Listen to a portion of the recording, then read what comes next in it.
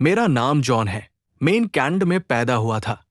India आने से पहले मेरा इंडिया के बारे में जो आइडिया था वो सिर्फ फोटोज और वीडियोस तक ही सीमित था। मुझे नहीं पता था कि ये देश सिर्फ शहरों से नहीं बल्कि उन जगहों से भी बना है जिनके बारे में लोग बात करना पसंद नहीं करते। जब मुझे ट्रेन से ट्रैवल करना पड़ा तब मुझे पहली बार समझ आया कि इंडिया की रेलवेज सिर्फ ट्रांसपोर्ट का जरिया नहीं बल्कि एक पूरी दुनिया है। मुझे एसी का टिकट चाहिए था। पार काउंटर पार बोला गया कि सब बुक्ड है। मुझे कहा गया स्लीपर में जाना पड़ेगा। मैंने ज्यादा सवाल नहीं किए। मुझे लगा ट्रेन तो ट्रेन होती है। पार स्लीपर कोच में बैठते ही मुझे अनकंफर्टेबल लगने लगा।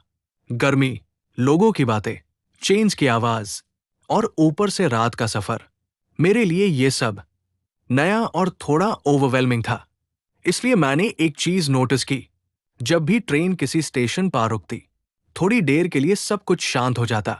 मैं हर स्टेशन पार नीचे उतर जाता था सिर्फ हवा लेने के लिए। जैसे ही हॉर्न बजता मैं वापस कोच में चढ़ जाता। ये एक रूटीन बन गया। स्टोरी बाय योगी कल्ला। रात धीरे धीरे गहरी होती जा रही थी। स्टेशंस छोटे होते जा रहे थे। शहरों की जगह अब गांव जैसे प्लेटफॉर्म्स आने लगे थे। कहीं एक चाय वाला होता, कहीं कोई गार्ड और कहीं बिल्कुल खाली प्लेटफॉर्म। हर बार मैं नीचे उतारता, 4-5 कदम चलता और हॉर्न के साथ वापस चढ़ जाता। सब कुछ नॉर्मल लग रहा था। फिर एक स्टेशन आया, ट्रेन रुकी, मैं नीचे उतरा। इस बार कुछ अलग था। प्लेटफॉर्म पार बिल्कुल सन्नाटा था।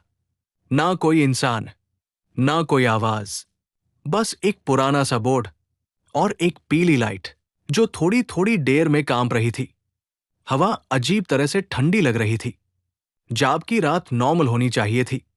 मैंने अपनी जैकेट टाइट की और सोचा शायद ये कोई छोटा सा स्टेशन होगा। हॉर्न बाजा, मेन कोच की तरफ बढ़ा और फुटबोर्ड पकड़कर ट्रेन में चढ़ने लगा। और टैब, मेरा दिमाग जैसे रुक सा गया। स्टोरी बाय योगी कल्ला।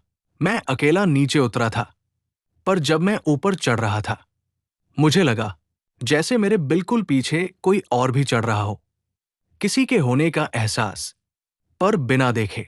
मैंने तुरंत पीछे देखा, कोई नहीं था। ट्रेन चल पड़ी। पार फुटबोर्ड अभी भी हल्का सा डैब रहा था, जैसे किसी का वजन अभी भी वहां हो।